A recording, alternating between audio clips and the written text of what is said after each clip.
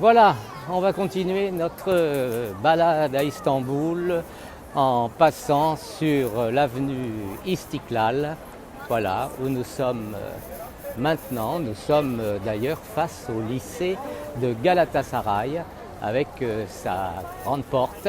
Le lycée de Galatasaray étant le grand lycée francophone d'Istanbul, un lycée qui date de l'époque ottomane, qui a été réinauguré en 68 par le général de Gaulle et qui a formé et qui forme toujours l'élite de la République turque. Voilà, en se dirigeant, continuant de se diriger tout droit, on arrive à la place Taksim. Et puis, si on fait demi-tour, en suivant les rames du tramway, eh ben, on va se retrouver dans le quartier de Tunnel, de Beyoğlu, avec toutes ces petites ruelles, ces bars, ces cafés, ces marchands de simites, ces petits pains au sésame traditionnel qui remplacent le pain au chocolat comme le croissant et que les Turcs croquent à longueur de journée. Nous sommes donc au carrefour du lycée de Galatasaray.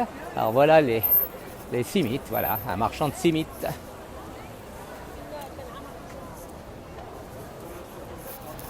Hein, bon, et puis il y a aussi les marchands de marrons. On trouve beaucoup de choses dans la rue, beaucoup de petits vendeurs. Voilà, les châtaignes. Les châtaignes se vendent au poids, hein, c'est bien précis. Avec, voilà.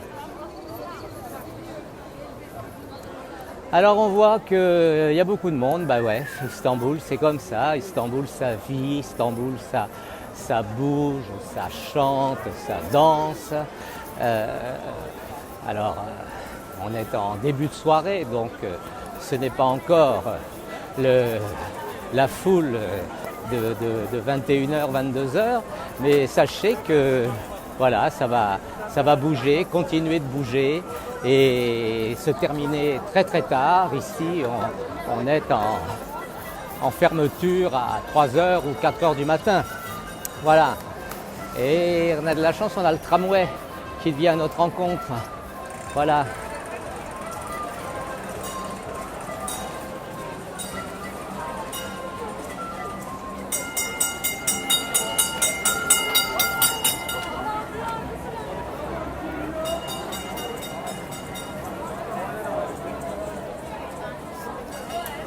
Voilà, le tramway qui fait la ligne Taksim-Tunnel. Alors,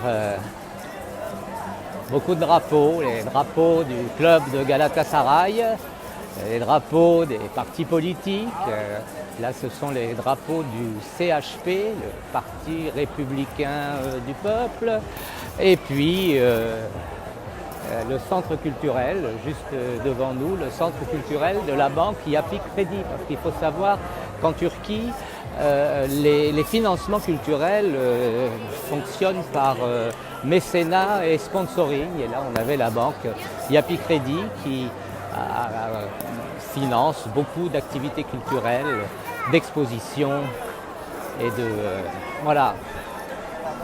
Donc l'avenue Istiklal, pour ceux qui connaissent l'Italie ou l'Espagne, c'est un peu une ramblas, hein, où tout le monde se balade le soir, passe sur les terrasses des cafés, fait ses courses chez Zara ou chez Collins, hein, ou bien chez Damat, Damat qui est une marque locale, ça veut dire le gendre Damat, voilà, et donc c'est une marque locale de confection pour hommes.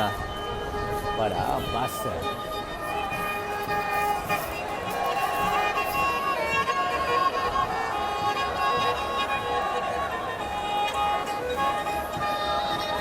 Alors les loukoums, ben oui, pas d'Istanbul sans loukoum.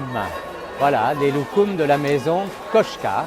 Koçka qui est une maison qui date, comme c'est écrit sur la boutique, de 1907, donc c'est pas d'hier, c'est pas d'aujourd'hui.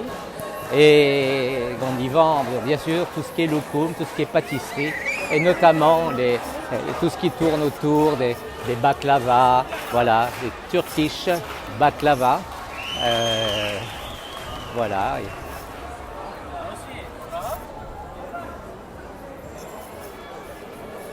Et là, on s'approche de l'église Saint-Antoine. On va faire un petit tour par l'église Saint-Antoine, si vous voulez bien. Avant d'arriver, voyez-vous là, cette entrée qui ne paye pas de mine. Missir appartimani, appartemane, parce qu'il n'y a pas de point sur les i, voyez-vous. Eh bien, cette entrée, Missir c'est l'Égypte, appartement c'est l'immeuble. Et cette entrée d'immeuble, donc d'un immeuble qui appartenait à l'État égyptien dans le passé, eh bien, au tout dernier étage de cet immeuble, sur le toit, se trouve le restaurant 360 degrés, qui est l'un des grands restaurants d'Istanbul, branché, gastronomique, animé, les week-ends, les vendredis, samedis. Il y a des DJ qui viennent d'un peu partout du monde entier pour animer les soirées. Voilà. Et là, nous approchons, nous sommes devant l'église Saint-Antoine.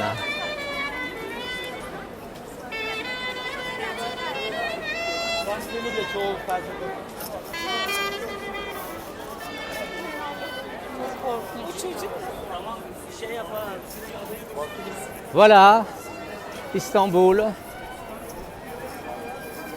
noir de monde, comme d'habitude, une population qui aime sortir, qui aime vivre dehors, qui aime aller au café, qui aime aller, qui aime sortir, qui aime faire la fête.